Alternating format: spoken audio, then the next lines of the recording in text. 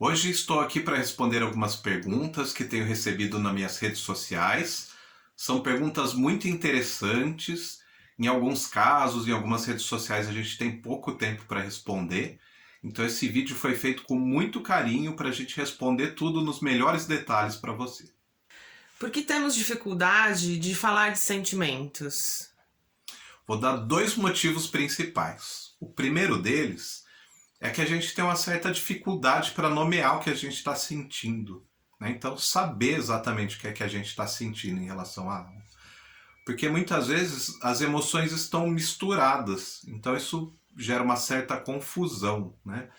Então, a gente às vezes, por exemplo, está com medo de alguma coisa, mas está gostando ao mesmo tempo. Exemplo clássico, a gente está lá na montanha russa, então a gente está com aquele frio na barriga, mas ao mesmo tempo a adrenalina está dando uma sensação boa, gostosa. Então as sensações vêm muito misturadas, né? Às vezes, por exemplo, a própria alegria e a tristeza podem estar juntas, né? Então a gente, por exemplo, está longe de alguém, está com muita saudade, está triste por causa disso, mas as lembranças, né, as memórias que a gente tem vai trazendo uma certa alegria. Então, às vezes fica um pouco confuso para a gente saber o que é que a gente está sentindo, para a gente falar o que é que está sentindo. A gente não deveria se preocupar muito com essa confusão de saber tudo certinho, né? Às vezes é só ir falando mesmo sobre o que se acha que está sentindo, o que está acontecendo, que esse caminho vai se abrindo, né? As coisas vão se conectando.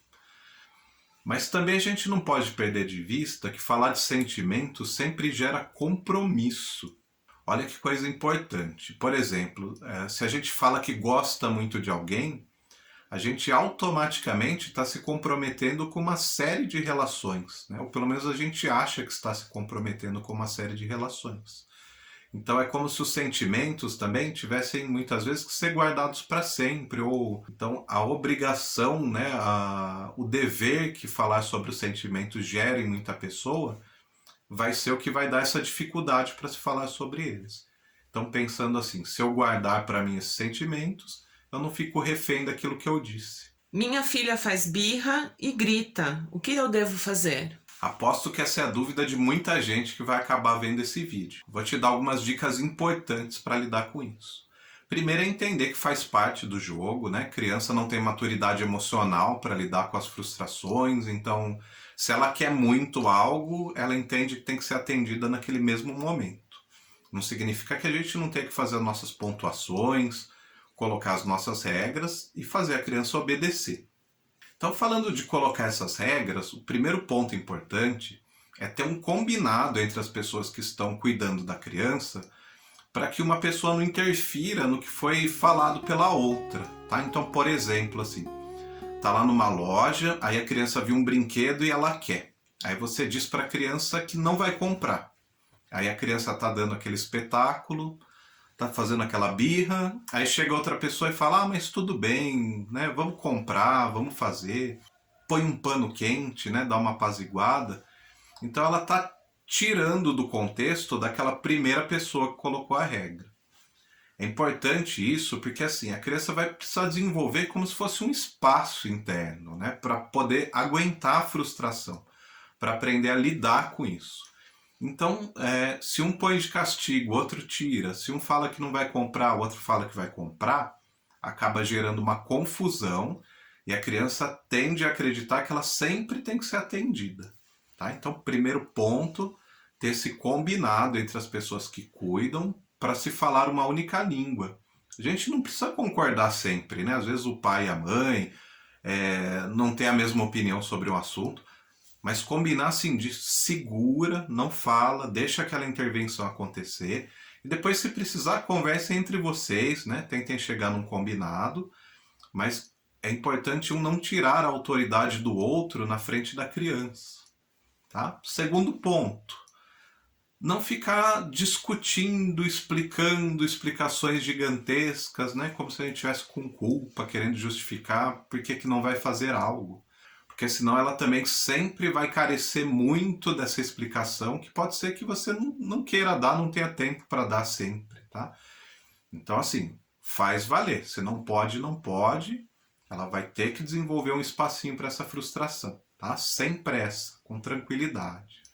Um terceiro ponto, só tenta deixar a criança livre dela de algum lugar que ela possa se machucar, né? Tem algumas crianças mais exageradas na reação, que às vezes vão se jogar pelo chão, vão ter um comportamento motor muito agitado, né? Vai ficar agitando as mãos, as pernas, pulando. Então, só isola ela para um lugar que ela não possa se machucar, dá um tempinho que esse espetáculo vai passar. Né? Nessa hora, a gente tem que ser muito continente, porque a gente quer parar aquele comportamento da criança, então algumas vezes a gente pode acabar querendo ceder ou piorando, né? Ficar muito bravo, dar aquela bronca, né? Entrar nessa pilha da criança, e aí a gente vai se perdendo, vai ficando mais difícil ainda. Medo excessivo, principalmente de morte, pode ser um sinal de ansiedade? É sim um sinal de ansiedade. Inclusive, tem um transtorno específico que nomeia esse tipo de medo, tá? Muitas pessoas falam tanatofobia ou tanatofobia, tá? Que vem lá do deus Thanatos da mitologia grega. Esse transtorno é sim uma grande fonte de ansiedade e é muito importante que seja tratado com psicoterapia para se entender essa relação que a pessoa tem com a morte, tá? Que ela pode ter desdobramentos assim de vivências traumáticas ou de questões mais simbólicas que ela vai carregando, que é muito importante se investigar numa psicoterapia. A criança chora para ir à escola. Devemos observar algum ponto específico? Sim, é importante você observar, em primeiro lugar, como é que a criança sai da escola. A criança indo para a escola e chorando pode ser por causa do apego que ela tenha com você ou com as pessoas, né, da casa.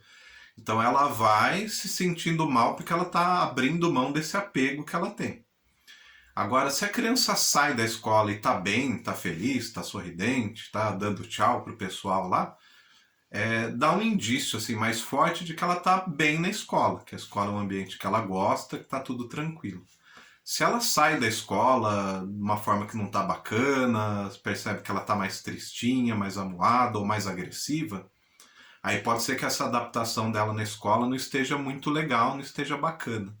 Também em alguns casos, você é muito acionado, né? A criança vai para a escola, te ligam, porque ela está lá chorando, não está bem, está tendo algum comportamento mais agressivo.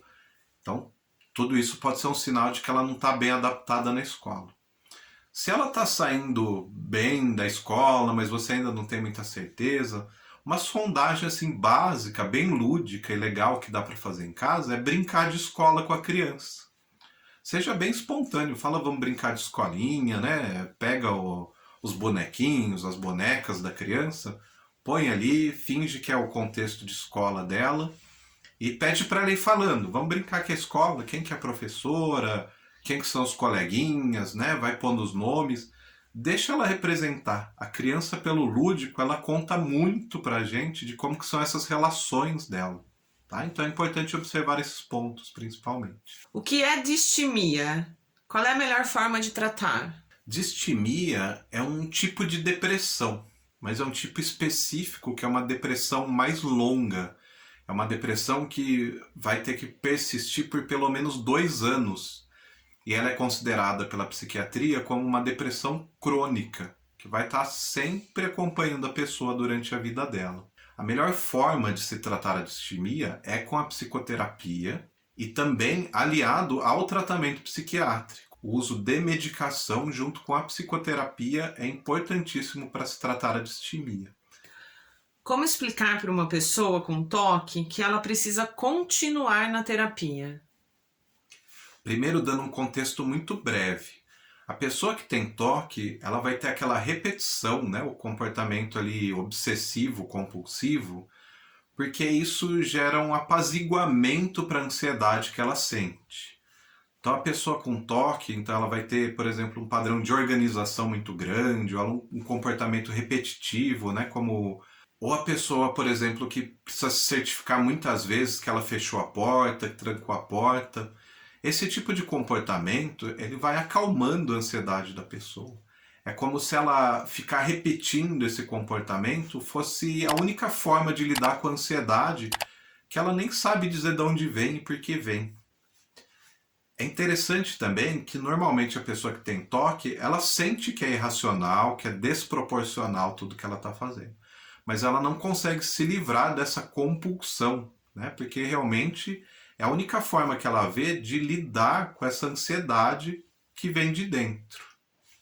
Tá? Então, quando a pessoa está em terapia, muitas vezes a gente vai estar questionando sobre essas situações, sobre esses valores, sobre esses pensamentos obsessivos e sobre esse sentimento que não pode ser tão bem compreendido. Né? Esse processo ele demanda assim muita persistência, né? A pessoa tem que suportar ali uma fase difícil em alguns momentos da terapia. Então é normal a pessoa querer esquivar em algum momento, ela querer sair.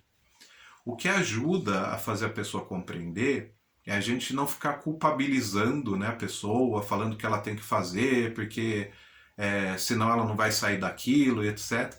Ela bem sabe sobre isso. Tá? O importante é ajudar a pessoa a compreender os prejuízos que ela vem tendo com isso.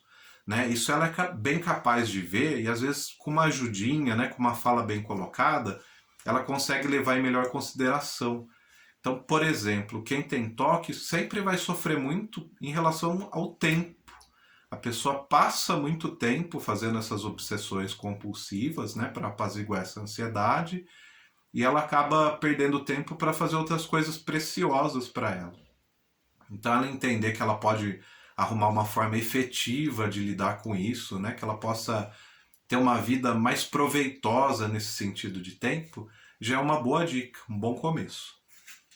Ansiedade tem cura? Sim, a psicoterapia é o tratamento mais indicado para ansiedade. Em casos mais graves, a gente pode fazer até um combinado, né, entre psicoterapia e medicação também. Mas a ansiedade tem cura, sim. É o que a gente mais trata em psicoterapia hoje em dia, são pessoas com ansiedade. Inclusive, sobre esse tema, nós temos um vídeo bem completo aqui no canal que fala da ansiedade, né? A medida da ansiedade, até que ponto a ansiedade está dentro da normalidade, como a gente tratar, como a gente ajudar, né, uma pessoa numa crise de ansiedade.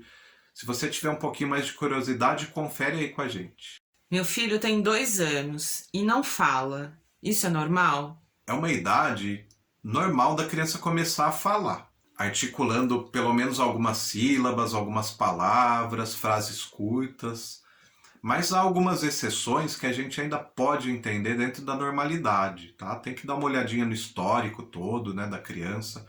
Um exemplo assim clássico, durante a pandemia do Covid-19, algumas crianças ficaram privadas de algum contato, não foram muito estimuladas. Isso pode de alguma forma gerar algum atraso. Para você não ter dúvida, uma criança dessa idade normalmente está passando regularmente com o pediatra. Bate um papo lá com o médico pediatra, fala sobre isso.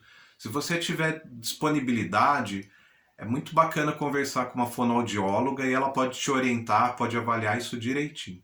Como devemos tratar uma pessoa que se encontra em depressão? Quero dizer, no dia a dia mesmo. É importante a gente não ficar fazendo acusações com a pessoa, que é muito comum, né? A pessoa deprimida não ser bem compreendida. Então muita gente vai falar que ela tá daquele jeito porque ela não toma iniciativa, é só tirar a bunda da cadeira, ou que é falta de fé, ou que é bobagem, né? Tem que ir para cima e fazer as coisas. Muitas vezes na depressão a pessoa vai precisar de um tempo maior, vai precisar de muito esforço para conseguir fazer coisas simples. Então a gente sendo paciente, sendo parceiro, né? Oferecendo ajuda, falando a gente está aqui, tá? Quando você quiser fazer, tô contigo, não abro mão, vamos junto. Já é uma grande ajuda para quem tem depressão. Tenho um sonho que se repete muito. Por que isso acontece? A gente tem uma tendência a repetir tudo aquilo que a gente não elaborou ainda. Sonho sempre vai dizer muito respeito a desejos que temos e compulsões. Então esses desejos, quando eles não têm voz, né, eles não encontram formas de escoamento na vida, eles vão se repetindo, eles vão pedindo passagem, eles vão pedindo para serem compreendidos e vividos. É muito importante, inclusive, levar os seus sonhos para a psicoterapia. Uma pessoa bem instruída pode te ajudar a compreender essa simbologia. Esse foi um apanhado de perguntas que recebi nas redes sociais. É um prazer fazer o vídeo respondendo elas para vocês. Então, se vocês têm outras perguntas que ficaram aí no ar, deixa aí no comentário pra gente, me siga aí nas redes sociais. Vamos continuar esse bate-papo. Se essas respostas foram legais para você, responderam dúvidas suas, deixa o seu joinha aí, fortalece o canal com a gente. Um beijo e até a próxima. Olha, acho que eu vou compartilhar isso lá no grupo da família, hein? Vai ajudar. Tá liberado.